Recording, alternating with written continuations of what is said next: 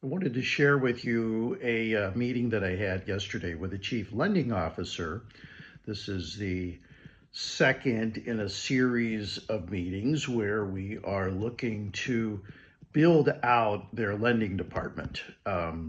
Like maybe many of your credit unions, they've done a good job in the past. They have been producing loans. They've been growing at a good clip, but they need to amp it up. They need to find the next gear. And in order to prepare for that and position themselves to do that, this lending department needs to evolve and needs to grow. It's the classic story of, what got you here won't get you to where you want to go or need to go. So that was the focus, has been the focus of my meetings with them and will continue to be the focus because we need to expand in some areas and we need to refine in other areas, but we need to find new and different and better ways of producing loans.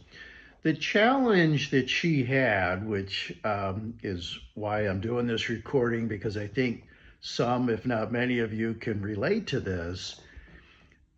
She really had a hard time identifying what their priorities are.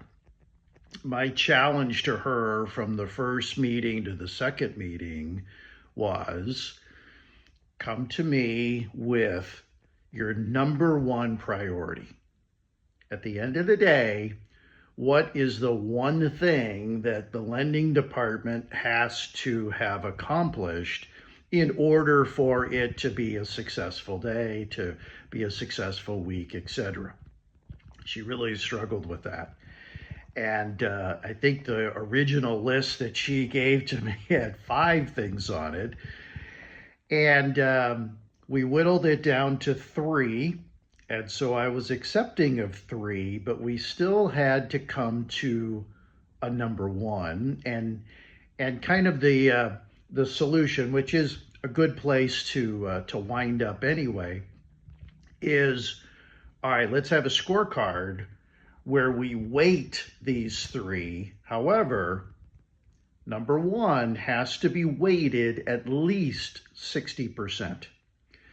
Because if someone looks at that scorecard and something is 60 or 65 or certainly 70%, okay, that stands out. Obviously, that is our highest priority, our number 1 area of focus. And so we work through the challenges that she has, and we work through the goals that she has, and we identified 1 and weighted it 60%, and then the other 2 at lesser percentages.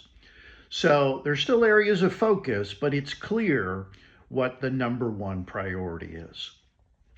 Now, once we establish that, where we're going to go with it is everything in the lending department has to pivot on that 1 primary objective. Okay?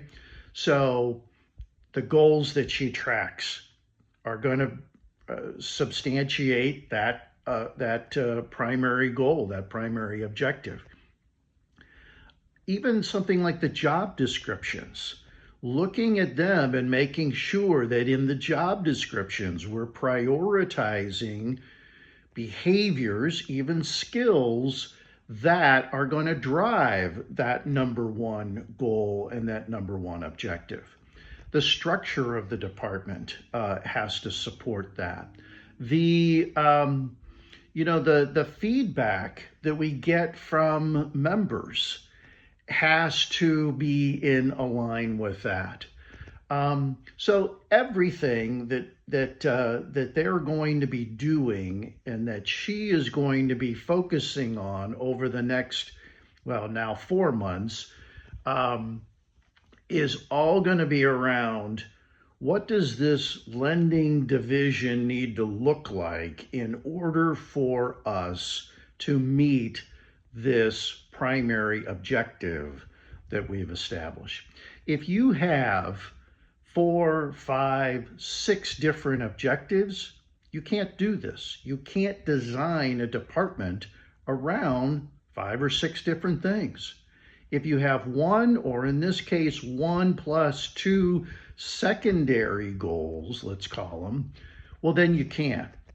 And that's where you become most effective. I found not just with CLOs, but with CROs, CFOs, CEOs, that the more you put on the scorecard, the more diluted it becomes, the less effective it becomes, and the more confused your people become.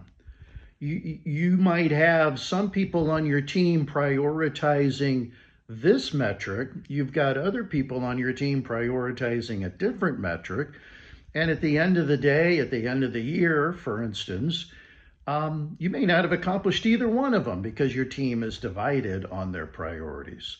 So the takeaway for today is think about your department, your division, if you are at a C level, and it's really critical to identify what's the number one goal, the number one objective, and that everything else is designed, everything else is aligned with that one primary goal and objective in mind.